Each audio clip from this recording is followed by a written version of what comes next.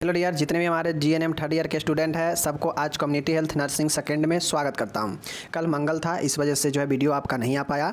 तो चलिए कोई बात नहीं है, आज से कंटिन्यू फिर रहेगा। सोमवार को भी वीडियो आपका आया था एक्लेम्पसिया के ऊपर, तो उम्मीद है आप लोग एक्लेम्पसिया को अच्छे से पढ़े होंगे। बहुत इंपॉर्टेंट प्रश्न है। आज जो है हम लोग देखने वाले हैं जीएनएम थर्ड ईयर का ही कम्युनिटी हेल्थ नर्सिंग सेकेंड का वीडियो नंबर, यह लॉन्ग क्वेश्चन का चौथा होने वाला है। ठीक है, इससे पहले मैं 3 क्वेश्चन आप लोग को करा चुका हूं, तो जो लोग उसको अभी तक नहीं देख पाए हैं जाके ज़रूर देखिए तीसरा नंबर वीडियो को। आज जो हम प्रश्न लेकर आए हैं यह लॉन्ग क्वेश्चन में पूछा गया है, 10 नंबर में पूछता भी है। कहेगा कि सामुदायिक स्वास्थ्य नर्सिंग के सिद्धांत बताएं। ऐसे यह प्रश्न फर्स्ट ईयर में भी पढ़ाया गया है। ठीक है, फर्स्ट ईयर में भी पढ़ना है कम्युनिटी हेल्थ में, और यहाँ सेकेंड जो है कम्युनिटी हेल्थ का, इसमें भी हमें पढ़ना है थर्ड ईयर में। तो यह प्रश्न 10 नंबर में पूछता है। चलिए हम इसको अच्छे से देखते हैं कि कम्युनिटी हेल्थ नर्सिंग के क्या प्रिंसिपल होते हैं। ओके, चलिए इसके प्रिंसिपल को हम लोग देख ही लेते हैं। तो माय डियर, यहाँ पे देखिएगा आप लोग, कहता है समुदाय में कार्य करते समय सामुदायिक स्वास्थ्य नर्स को निम्नलिखित सिद्धांतों को ध्यान में रखकर कार्य करना चाहिए। मतलब देखिए, मैं बार बार आपको चीज़ें बताता हूँ, कहीं भी फर्स्ट ईयर हो सेकेंड ईयर हो, कहीं भी जो सिद्धांत होता है उस सिद्धांत का मतलब होता है कि किन किन बातों को ध्यान में रखकर हम काम करेंगे। जैसे कोई नियम होता है, कोई प्रिंसिपल है, जैसे कूलम्स के नियम है, कूलम्स के लॉ है, उसी प्रकार से कोई प्रिंसिपल होता है। तो प्रिंसिपल जो सिद्धांत होता है उसको ध्यान में रखते हैं, ध्यान में रखेंगे कि क्या क्या जो है इसका अच्छी बातें हैं, क्या क्या जो है हमें करना चाहिए इस क्षेत्र में, तो जाके यह सिद्धांत बनेगा। तो उसी सिद्धांत को जो है हम क्या करते हैं कि सामुदायिक स्वास्थ्य नर्स को निम्नलिखित सिद्धांतों को ध्यान में रखकर कार्य करना चाहिए। किन किन बातों को ध्यान में रखना चाहिए ताकि वह एक सिद्धांत हो। तो चलिए इसी को देखते हैं। माय डियर, पहला पॉइंट है आवश्यकता पर आधारित स्वास्थ्य सेवा होनी चाहिए। अब एक जो कम्युनिटी हेल्थ नर्स का क्या काम होता है, कम्युनिटी हेल्थ नर्स जो है क्या करती है, अपने समुदाय में लोगों को देखभाल करती है, स्वास्थ्य शिक्षा देती है। ठीक है, लोगों के बारे में लोगों के घर घर जाकर होम विजिट करती है, यही सब ना करती है। तो जो कम्युनिटी हेल्थ होती है वह जो भी स्वास्थ्य सेवा होता है वह आवश्यकता पर आधारित स्वास्थ्य सेवा लोगों में देती है। जैसे लोगों के अगर परिवार नियोजन करवाना है, जो लोग को ज़रूरी है परिवार नियोजन, उसको जो है परिवार नियोजन की शिक्षा देती है, परिवार नियोजन के बारे में बताती है। किसी को अगर होम विजिट में स्वच्छता के बारे में बताना है तो उसको स्वच्छता के बारे में बताती है। मतलब ज़रूरी आवश्यकता पर आधारित जो चीज़ें हैं, जैसे व्यक्ति के परिवार में क्या समस्या है, उसका क्या आवश्यकता है, उसे क्या समाधान चाहिए, मतलब टोटल जो है वह उसके आवश्यकता पर होना चाहिए। जो स्वास्थ्य सेवा देंगे एज ए नर्स वह उसके आवश्यकता पर होगा, किसके, परिवार के या व्यक्ति के या समुदाय के आवश्यकता पर आधारित जो है स्वास्थ्य सेवा होनी चाहिए। इसका मतलब होता है कि बहुत सारे स्वास्थ्य कार्यक्रम हैं, इसमें स्वास्थ्य समस्या के कैसे समाधान करना है, उसके कौन कौन से संसाधन हैं, इसका कब उपयोग करना है, कब आवश्यकता पड़ेगा, इस चीज़ को ध्यान में रखना पड़ता है। ठीक है, तो जो भी स्वास्थ्य सेवा हो और आवश्यकता पर आधारित हो, पहला पॉइंट हम ये भी चीज़ को रखेंगे। मतलब एज ए नर्स के द्वारा जो भी स्वास्थ्य सेवा दिया जाएगा वह व्यक्ति, परिवार और समुदाय के समस्या और उसके आवश्यकता के अनुसार होनी चाहिए। तो पहला पॉइंट यही हो गया। ठीक है, फालतू की चीज़ें नहीं करनी चाहिए। दूसरा है उद्देश्य निर्धारित होना चाहिए। अब कोई भी चीज़ में, किसी भी विभाग में, चाहे आप पढ़ाई ही करते हैं तो आप नर्सिंग क्यों कर रहे हैं, नर्सिंग आप इसी उद्देश्य के साथ कर रहे हैं कि आने वाला समय में हमें सरकारी जॉब लग जाएगी, हमारा जीवन सिक्योर हो जाएगा। तो इसीलिए आप जॉब करते हैं। चूँकि इसमें अभी कंपटीशन दूसरे के तुलना में कम है, तो आप इसलिए ज़्यादा से ज़्यादा लोग नर्स करना चाहता है कि इसमें जॉब पाना अभी थोड़ा सा लोगों को लगता है कि आसान है, इसलिए इस उद्देश्य से लोग आता है कि हमें जॉब मिल जाएगी कोर्स करने के बाद। तो इसी उद्देश्य कहीं ना कहीं निर्धारित है व्यक्ति को। तो सेम आप नर्स बन गए हैं, आपको समुदाय में ड्यूटी दिया गया है कम्युनिटी में, तो आपको जो है एक उद्देश्य निर्धारित करना पड़ेगा, आपका उद्देश्य निर्धारित होना चाहिए। तो यही कहता है कि उद्देश्य निर्धारित होना चाहिए। ठीक है, समुदाय में प्रदान की जाने वाली जो भी सेवाएं हैं, स्वास्थ्य का जो भी सुविधा है, उसका एक उद्देश्य स्पष्ट होनी चाहिए कि हम किस उद्देश्य से यह स्वास्थ्य सेवा दे रहे हैं। व्यक्ति को स्वास्थ्य को कैसे इम्प्रूव करना है, कैसे रोगों से निपटारा पाना है, कैसे जो है संक्रामक रोगों से बचना है, इसी सब के लिए इसी उद्देश्य से न देते हैं, जिससे ज़रूरतमंद को सुविधा का लाभ मिल सके तथा उद्देश्य को पूर्ति कर सके। ठीक है, उद्देश्य का मतलब ये होता है कि स्वास्थ्य सेवा जो दिया जाएगा उसका जो भी सुविधा होगा उसका एक उद्देश्य स्पष्ट होना चाहिए। अब उद्देश्य स्पष्ट होगा तो क्या होगा कि जिसको जो चीज़ का ज़रूरत है उसको वो चीज़ मिल पाएगा और उससे लाभ मिलेगा और आपके उद्देश्य, आपके पर्पज, आपके लक्ष्य का जो है पूर्ति हो पाएगा निर्धारित करने से। ठीक है, तो ये जो है आपका दूसरा पॉइंट है, उद्देश्य निर्धारित होनी चाहिए कि आप किस चीज़ के लिए काम कर रहे हैं। ठीक है, तीसरा है पक्षपात रहित सेवा। पक्षपात रहित सेवा का मतलब होता है कि जो भी आप समुदाय में किसी व्यक्ति को, किसी परिवार को जो है आप समुदाय में किसी को अगर कोई जो है स्वास्थ्य सेवा देते हैं तो आपको ये ध्यान में रखना चाहिए कि उसके पक्ष के आधार पर आप उसको जो है सेवा नहीं देंगे।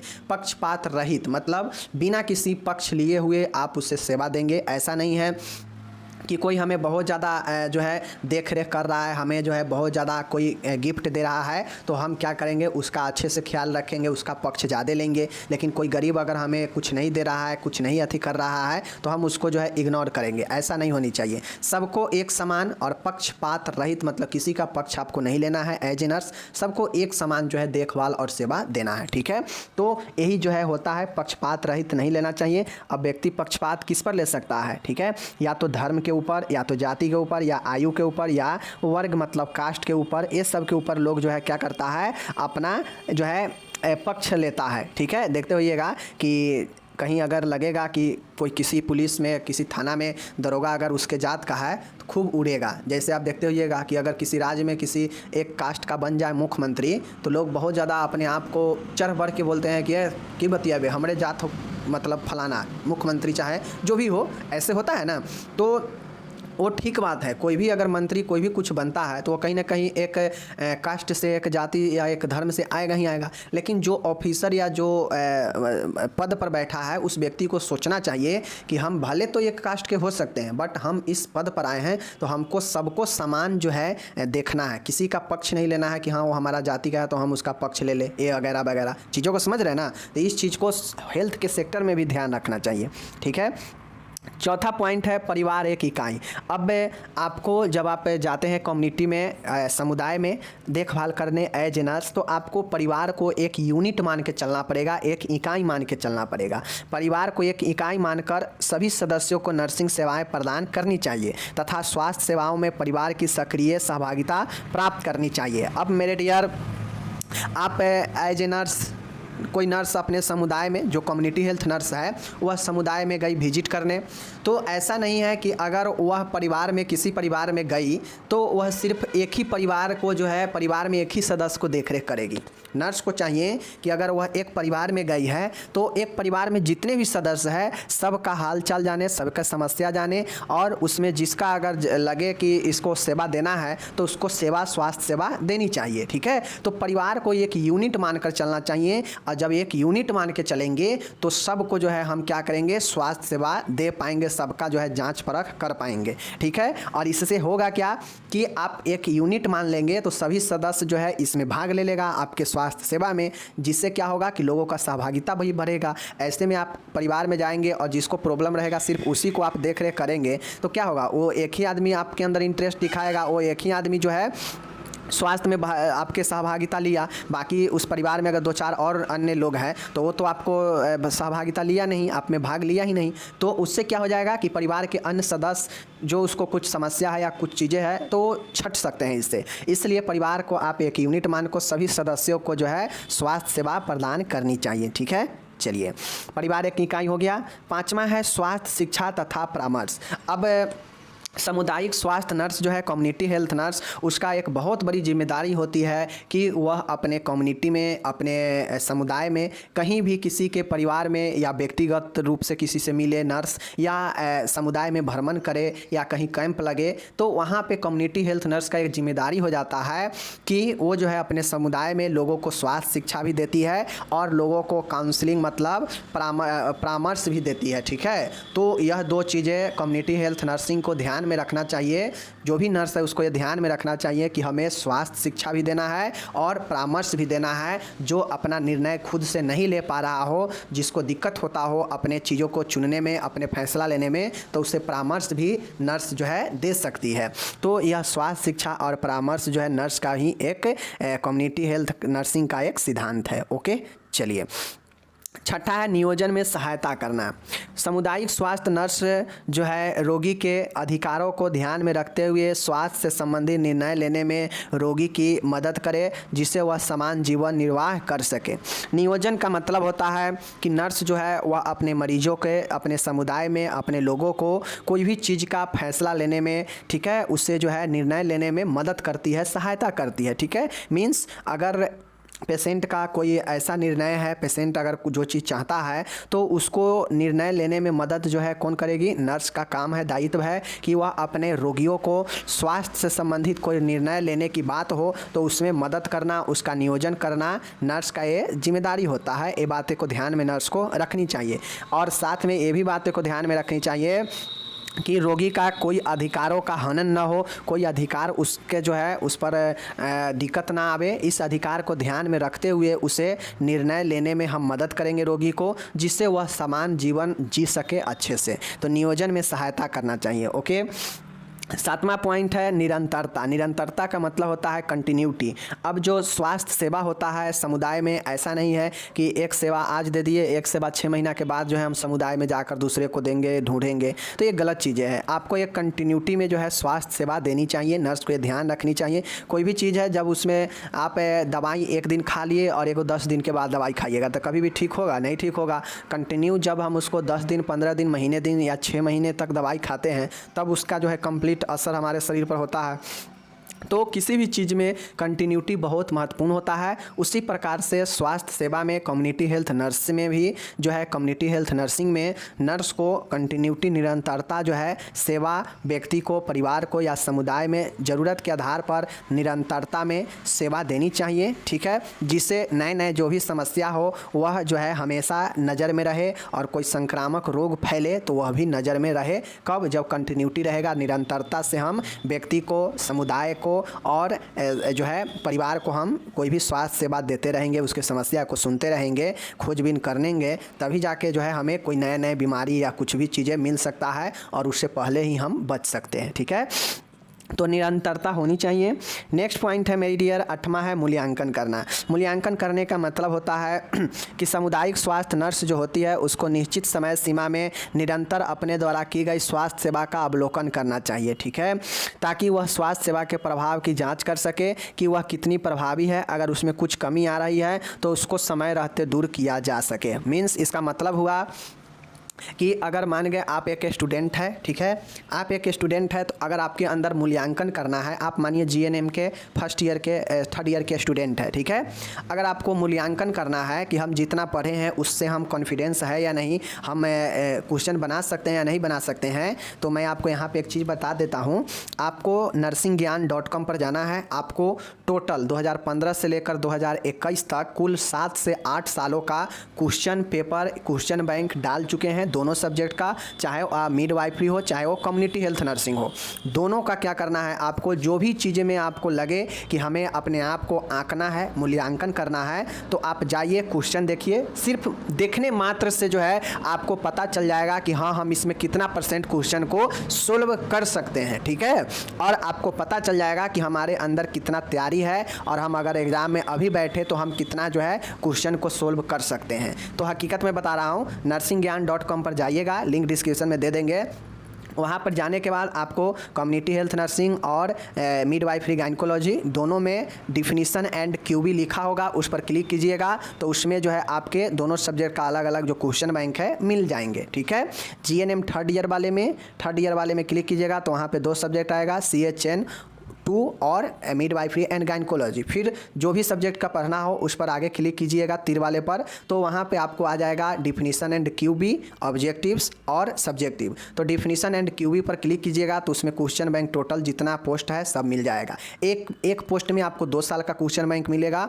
जैसे जैसे पढ़ना है आपको टोटल पोस्ट वहाँ पर मिल जाएगा, आप पढ़ सकते हैं। ठीक है, और अपने आप को आकलन यानी मूल्यांकन कर सकते हैं कि आपका तैयारी किस आधार पर है। ठीक है, चूँकि हम क्वेश्चन डिफिनीशन करा ही दिए हैं, शॉर्ट क्वेश्चन बहुत सारे करा ही दिए हैं। ठीक है, लॉन्ग क्वेश्चन पर अब हम भीड़ ही गए हैं और ऑब्जेक्टिव्स आपको बीच बीच में चल ही रहा है। तो एग्ज़ाम से पहले मैं आपको 2 बार रिवीजन भी करवा दूंगा, टेंशन नहीं लेना है, ठीक है।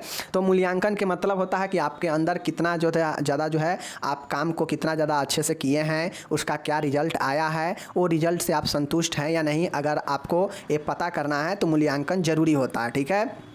जैसे स्टूडेंट है, आप मानिए जीएनएम के स्टूडेंट है, एग्ज़ाम दिए, रिजल्ट आया, रिजल्ट से आप संतुष्ट नहीं हैं, आप जो है आपका एग्ज़ाम भी गड़बड़ गया है और रिजल्ट आपका सही नहीं आया है, तो आपको सोचने पर मजबूर करता है कि आखिर हम नहीं पढ़े हैं तब ऐसा हुआ है। तो अपने आप को मूल्यांकन करते हैं कि हमारा गलती कहाँ हो गया, हम क्या किए जो ऐसा हो गया। तो अगर गलती पकड़ा जाता है तो उस गलती पर काम करते हैं तो समय रहते ठीक हो जाता है, तो वही मूल्यांकन होता है, ठीक है। चीज़ों को समझ गए। और मूल्यांकन किसी भी काम को सफलता में बहुत महत्वपूर्ण भूमिका निभाता है। माय डियर, नौकरी के दौरान प्रशिक्षण है। अब नौकरी के दौरान प्रशिक्षण का क्या मतलब होता है, तो मैं आप लोगों को पढ़ा चुका हूँ नौकरी के दौरान, ठीक है। एजुकेशन इन सर्विस पढ़ा चुके हैं ना, इन सर्विस एजुकेशन। यहाँ पे होता यह है कि नौकरी के दौरान जो है ट्रेनिंग कर सकती है जो भी स्वास्थ्य नर्स है समुदाय के, वह जो है सरकार के द्वारा या एनजीओ के द्वारा जो भी चलाए जा रहे ट्रेनिंग प्रयोगशाला है, कार्यशाला है, वहाँ पे आयोजित किए जाते हैं समय समय पर। जैसे देखते होइएगा सरकार जो है ब्लड डोनेट के लिए या कुछ नए नए चीज़ें आता है तो उसके लिए सरकार जो है क्या करती है, पहले जो है कुछ स्वास्थ्य कार्यकर्ता को, कुछ स्वास्थ्य कर्मी को ले जाकर उस नए चीज़ों के बारे में अवगत करवाती है, ट्रेनिंग करवाती है। तो उस ट्रेनिंग में भाग लेनी चाहिए, ठीक है। साथ में कुछ एनजीओ नॉन गवर्नमेंट ऑर्गेनाइजेशन भी होती है जो स्वास्थ्य के क्षेत्र में नए नए चीज़ें करती है, तो वह स्वास्थ्य नर्स को जो है अपना प्रशिक्षण उसमें लेना चाहिए। जो चीज़ नहीं पता हो और सरकार अगर आपको नाम दे रहा हो, इनवाइट कर रही हो, साथ में कोई एनजीओ संस्था है वो भी आपको इनवाइट कर रही हो कि आइए और कुछ सीखिए, तो ज़रूर सीखना चाहिए, ठीक है। इससे होता यह है कि नए नए चीज़ों के बारे में, उसके विधियों के बारे में और स्वास्थ्य सेवा में जो बदलाव होते हैं उसके बारे में आपको जानकारी भी मिल पाएगा, और उससे जो प्राप्त ज्ञान होगा वह आप अपने कर्मचारियों में भी बांटने चाहिए, ताकि वो कर्मचारी भी जान पाए कि आप जो गए थे ट्रेनिंग के लिए 4-5 दिन या 10 दिन, उसमें जो है क्या आप सीखें। तो आप अपने सहकर्मचारियों से भी बांटना चाहिए और इसका उपयोग आप अपनी कार्यों में भी कर सकते हैं, जिससे कार्य और ज़्यादा कुशल होगा, बढ़िया होगा। तो नौकरी के दौरान प्रशिक्षण लेना चाहिए और ये प्रशिक्षण जो है आपको सरकार करवाती है। जैसे सरकार कोई भी नया चीज़ आता है हेल्थ के सेक्टर में, जैसे कोई मशीन ही है, ठीक है, कोई मशीन ही आया है मरीज के लिए, तो मान गए वह मशीन नया है तो उसके बारे में तो कोई नहीं जान रहा होगा, तो सरकार क्या करती है या जो वो संस्था क्या करती है, जिस संस्था में आप काम कर रहे हैं वह संस्था आपको क्या करेगी कि आपके टीम में से, आपके कर्मचारी में से 2-4 ऐसे नर्स होगी जिसको चुन लेगी, कहेगी कि आप जाइए इसका बारे में जानकारी लेकर आइए, हम फलाने जगह भेज रहे हैं, और सारा खर्च सरकार देती है, और वह जाके सीख के आएगी तो उसको नॉलेज हो जाएगा और उसका उपयोग जो है वह करेगी, जब होगा, जब ज़रूरी होगा करेगी, और साथ में उसका जो है अपने कर्मचारियों में भी बताएगी कि हाँ इसका ऐसे ऐसे ऐसे ऐसे इसका ऑपरेट होता है, समझ गए ना। तो ये नौकरी के दौरान प्रशिक्षण लेनी चाहिए, जिससे आधुनिक और स्वास्थ्य के क्षेत्र में हो रहे बदलावों के बारे में पता चलता है। ओके, 10वां है स्वास्थ्य सेवा देना। माय डियर, अब एक नर्स का क्या काम होता है, नर्स का ही काम होता है कि वह अच्छे से अपने मरीजों को, अपने व्यक्ति को, समुदाय में लोगों को अच्छे से स्वास्थ्य सेवा दे, ठीक है ना। तो अगर नर्स को इन चीज़ों को ध्यान रखना चाहिए कि ना उससे राजनीतिक चीज़ों से लेना देना रखना चाहिए, ना उससे धार्मिक चीज़ों से लेना देना रखना चाहिए, ठीक है। इस आधार पर वह किसी को स्वास्थ्य सेवा तय नहीं करेगी कि कोई फलाना जाति का है तो उसको इस प्रकार से देखेंगे, कोई फलाना धर्म से है तो उसको इस प्रकार से देखेंगे। वह इस बात से कभी भी जो है नहीं अति कर सकती है। वह जो है स्वास्थ्य सेवा देने के लिए आए हैं, तो चाहे जो भी धर्म, जो भी जाति के लोग हो, उसको स्वास्थ्य सेवा देना है, इतना दिमाग में रखना चाहिए। और यह स्वास्थ्य सेवा अच्छे से देना चाहिए, ठीक है। स्वास्थ्य शिक्षा देना चाहिए, ठीक है, जिससे व्यक्ति अपने स्वास्थ्य को और ज़्यादा अच्छा से इम्प्रूव कर सके। तो स्वास्थ्य सेवा देना भी एक नर्स के लिए जो है सिद्धांत होता है, किन चीज़ों के, ताकि वह राजनीतिक और धार्मिक मुद्दों पर जो है दखल अंदाजी न दे और सिर्फ स्वास्थ्य सेवा ही दे, ठीक है ना। तो ये हो गया माय डियर। 11 नंबर पॉइंट है, देखिएगा, उच्च शिक्षा प्राप्त करना। वहाँ पे क्या था, शिक्षण प्राप्त करना, यहाँ पे उच्च शिक्षा प्राप्त करना। अब होता यह है कि सामुदायिक स्वास्थ्य नर्स को nursing journals, health magazine, research review द्वारा अपने ज्ञान को बढ़ाना चाहिए तथा उच्च शिक्षा प्राप्त करनी चाहिए। माय डियर, आप लोग देखते होइएगा कि हेल्थ के स्वास्थ्य के पत्रिका भी आता है, ठीक है ना, स्वास्थ्य पत्रिका, हेल्थ मैगनीज, बहुत सारे नए नए रिसर्च होते हैं जो कि प्रकाशित किया जाता है। तो इन सबको जो है जानकारी लेना चाहिए, उच्च शिक्षा प्राप्त करना चाहिए, जिससे नर्स को आगे जो है इस उच्च शिक्षा का उपयोग करके हेल्थ सेक्टर में स्वास्थ्य सेवा देने में और बेहतर तरीके से कुशल बने और ज़्यादा लोगों को ट्रेनिंग भी दे सके और स्वास्थ्य भी बढ़िया से सेवा दे सके, ठीक है। तो उच्च शिक्षा कहाँ कहाँ से प्राप्त करेगी? नर्सिंग जर्नल्स से, हेल्थ मैगजीन से, रिसर्च से, ये सब के रिव्यू करके वो अपने ज्ञान को बढ़ा सकती है, ठीक है। 12 नंबर है माय डियर, और यह आखिरी है, देख लीजिए, रिकॉर्ड रखना चाहिए। अब कम्युनिटी हेल्थ नर्स को एक बात ध्यान में रखना चाहिए कि वह जो भी स्वास्थ्य सेवा दी है उसको रिकॉर्ड रखे, ठीक है। जो भी वह अपने समुदाय में लोगों को, परिवार को या व्यक्ति को जो भी स्वास्थ्य सेवा दी है उससे जो है चाहिए कि वो जो है उसका रिकॉर्ड ज़रूर रखे, ठीक है। अगर रिकॉर्ड बना के रखेगी तो ज़रूरत पड़ने पर कभी भी यह कानूनी रूप से ज़रूरी पड़ सकता है या कुछ और मोटिव से ज़रूरी पड़ सकता है, तो एज ए नर्स इसका इस्तेमाल जो है आगे आप कर सकते हैं। इसके सूचना इकट्ठा करने में या जो भी चीज़ें हैं आप रिकॉर्ड के थ्रू प्राप्त कर सकते हैं मरीजों के बारे में। तो मरीज जैसे मानिए समुदाय में गए, कोई ऐसा ज़रूरी है और डॉक्टर जो है उसको क्या कि देखभाल में फलाना दवाई दिए हैं, आप देखभाल करने गए और दवाई जो है डॉक्टर के हिसाब से खिला दिए। अब दवाई खिला दिए और खुदा न खास्ते उससे थोड़ा दवाई खिलाएं और उसके कुछ देर के बाद ही पेशेंट को हालत बेहालत होने लगा, पेशेंट डी कर गया। तो ऐसे में मान गए पेशेंट का जो मरीज है, पेशेंट का जो परिजन होंगे वो क्या सोचेगा कि दवाई दिया, पेशेंट गड़बड़ा गया, इसी कारण से जो है हुआ है, इसको पकड़ो और इस पर ये करो वो करो, ठीक है। हो सकता है, नॉर्मली बातें हैं। तो आप रिकॉर्ड रखे रहेंगे कि आप क्या जो है देख रेख किए हैं, कौन सी दवा दिए हैं, तो वह आपको सहायता करेगा बचाने में, कानूनी रूप से या जो भी रूप से। क्यों? क्योंकि आप तो डॉक्टर के प्रिस्क्राइब पर दे दिए दवाई। अब वो भाई डॉक्टर जो लिखा है वो कैसा लिखा है वो डॉक्टर जाने, या उस दवाई के कारण हुआ भी है या नहीं भी हुआ है। लेकिन आज जब व्यक्ति पर अबजस कर लग जाता है, जब आपके छूने के या आपने करने के थोड़ा देर के बाद ही ऐसा कुछ हो जाए तो लोग जो है आप ही को नाम लगाते हैं, लेकिन ऐसा जो है होता भी नहीं है, उसका रीज़न कुछ और रहता है। लेकिन अगर मान गए थोड़ा देर पहले अगर कोई व्यक्ति संपर्क में उसको आया है या कुछ किया है तो नाम उसी को होता है। तो ये चीज़ें होता है, तो रिकॉर्ड रखना चाहिए, ये बहुत महत्वपूर्ण चीज़ें होते हैं। ये रिकॉर्ड से आप स्वास्थ्य संबंधी रिकॉर्ड रखने से होता है कि अच्छे से बनाए गए रिकॉर्ड्स नर्स को बेहतर स्वास्थ्य सेवा प्रदान करने में तो मदद करता ही है, साथ में ज़रूरत पड़ने पर नर्स को कानूनी सहायता भी लेने में यह मदद करता है, ठीक है। तो रिकॉर्ड रखना बहुत ज़रूरी होता है, क्योंकि भविष्य में मरीज के परिजन भी जो है इस रिकॉर्ड को मांग सकते हैं, पूछ सकते हैं, ठीक है। तो ये चीज़ें जो है रिकॉर्ड रखना जरूरी होता है। तो इस प्रकार से यह 12 पॉइंट मैंने आपको सामुदायिक स्वास्थ्य नर्सिंग के सिद्धांत में बता दिया। एक बार ऊपर से चलिए मैं रिपीट कर देता हूँ यहाँ पे, ठीक है। इंग्लिश में एक बार रिपीट कर देते हैं, आप लोग देख लीजिए। आपको लिखना होगा कि सामुदायिक स्वास्थ्य नर्सिंग के क्या क्या जो है सिद्धांत है। तो आप सीधा सिद्धांत मतलब समझिएगा कि वो किन किन as a nurse, as a community health nurse हम क्या क्या जो है ध्यान में बातों को रखेंगे। पहला बात ध्यान में रखना है कि आवश्यकता के आधार पर स्वास्थ्य सेवा आपको देना है, नीड बेस्ड हेल्थ सर्विस, ठीक है। दूसरा है डिटर्मिनेशन ऑफ ऑब्जेक्ट्स, मतलब उद्देश्य जो है आपको निर्धारित होना चाहिए, ठीक है। तीसरा है इम्पार्शियल सर्विस, इम्पार्शियल मतलब पक्षपात रहित सेवा, मतलब किसी का पक्ष नहीं लेना है। चौथा है फैमिली यूनिट, फैमिली को एक यूनिट मानकर चलेंगे, एक इकाई मानकर चलेंगे। पांचवा है health education and counselling, nurse का ये बातों को ध्यान में रखना चाहिए कि उसका ये काम स्वास्थ्य शिक्षा देना भी और परामर्श देना भी है, ठीक है। इन बातों को वह ध्यान में रखेगी, सिद्धांत है, ठीक है।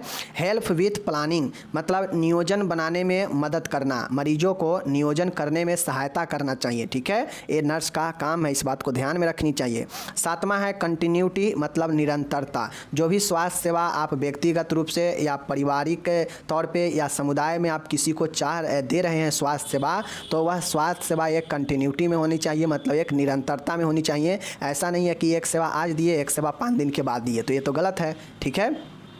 आठवां है इवैल्यूएशन मूल्यांकन, आप एज ए नर्स अपने कामों का जो है मूल्यांकन करेंगे कि आपका काम कितना ज़्यादा प्रभावी रहा या नहीं रहा, अगर नहीं रहा तो उसको फिर से सही करते हैं, ठीक है। ऑन द जॉब ट्रेनिंग यानी इन सर्विस एजुकेशन, आप सर्विस के दौरान जो है ट्रेनिंग कर सकते हैं, प्रशिक्षण ले सकते हैं, नए नए हुए बदलाव या नए नए जो चलाए जाते हैं सरकार के द्वारा कार्यशाला, उसमें भाग लेनी चाहिए।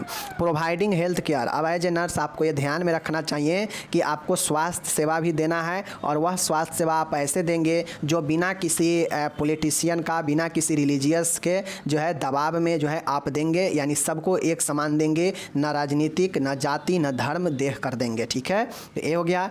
ईयर 11 है परसुइंग हायर एजुकेशन। अब आपको एज ए नर्स उच्च शिक्षा भी प्राप्त करनी चाहिए। ऐसा नहीं है कि आप कम्युनिटी हेल्थ नर्स बन गए तो आप बैठे रहिए, ऐसे में आपका ज़िंदगी अच्छा नहीं हो सकता है। आपको और ज़्यादा नॉलेज लेने से और ज़्यादा आप अच्छे जो है काम कर सकते हैं। तो हायर एजुकेशन भी प्राप्त कर सकते हैं किसके किसके ज़रिए, तो मैगनीज के ज़रिए, जर्नल्स के ज़रिए, नर्सिंग जर्नल्स के ज़रिए, ठीक है, रिसर्च मतलब खोज के ज़रिए, इस सब के ज़रिए। ठीक है, एंड लास्ट में 12वां पॉइंट है, रिकॉर्ड को ज़रूर जो है रखना चाहिए। ठीक है, यह रिकॉर्ड आपको बहुत मदद करता है, अच्छे स्वास्थ्य सेवा देने में भी मदद करता है, और साथ में नर्स को नर्सिंग जो है कानूनी मदद दे जो है लेने में भी मदद करता है। ठीक है, तो रिकॉर्ड बहुत महत्वपूर्ण होता है। तो मैंने आपको बता दिया ये सारे के सारे, आपको जो है 12 पॉइंट ध्यान में रखना है। यह लॉन्ग प्रश्न है, इसीलिए जो है आपको यह 12 है, तो आपको एग्जाम में 10 नंबर बिना ऐसे तो मिलेगा नहीं, तो कम से कम 12 पॉइंट लिखिएगा, तब तो आपको नंबर मिलेंगे 10 नंबर ना। और ये 12 पॉइंट में जितना मैंने बताया 3-4 लाइनें जितना नॉलेज होगा सब में लिखिएगा।